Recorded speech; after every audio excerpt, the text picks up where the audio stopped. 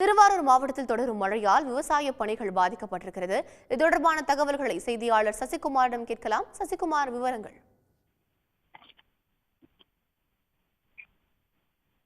தொடர்ந்து பெய்த கனமழையின் காரணமாக மன்னார்குடி, வடாதிமங்கலம், கூத்தாநல்லூர் உள்ளிட்ட பகுதிகளில் நடவு செய்யப்பட்ட 15 நாட்கள் தாளடி இளம் பயிர்கள் மழைநீர் மூழ்கி சேதமடைந்திருக்கிறது. குறிப்பாக திருவாரூர் மாவட்டத்தில் சம்பா சாகுபடியானது மாவட்ட வேளாண் துறை மூலம் 2 லட்சம் ஏக்கர் பரப்பளவில் இலக்கு நிர்ணயிக்கப்பட்டு சாகுபடிகள் தொடங்கி நடைபெற்று வந்தது. திருவாரூர் மாவட்டத்தில் குறுவை, தாளடி, சம்பா என 3 பருவ சாகுபடிகளை செய்து வழக்கம். அந்த அடிப்படையில் பருவமழையை நம்பி ஒருபோக சாகுபடியாக மேற்கொள்ளப்படும் தாளடி சாகுபடி பணியானது முழுவீச்சில் மாவட்டம் முழுவதும் நடைபெற்று வந்தது. இந்த மாவட்டத்தில் நேற்று காலை 6 மணி முதல் இன்று காலை 6 மணி வரை சராசரியா 10 சென்டிமீட்டர் மழை பதிவாகியிருக்கிறது.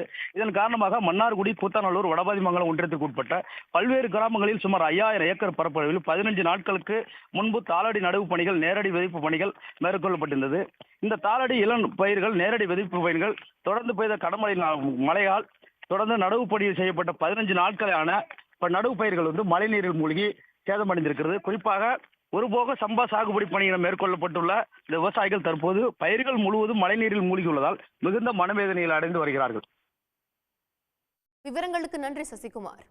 உடனுக்குடன் செய்திகளை தெரிந்து கொள்ள சன் நியூஸ் பெல் ஐகானை கிளிக் பண்ணுங்க.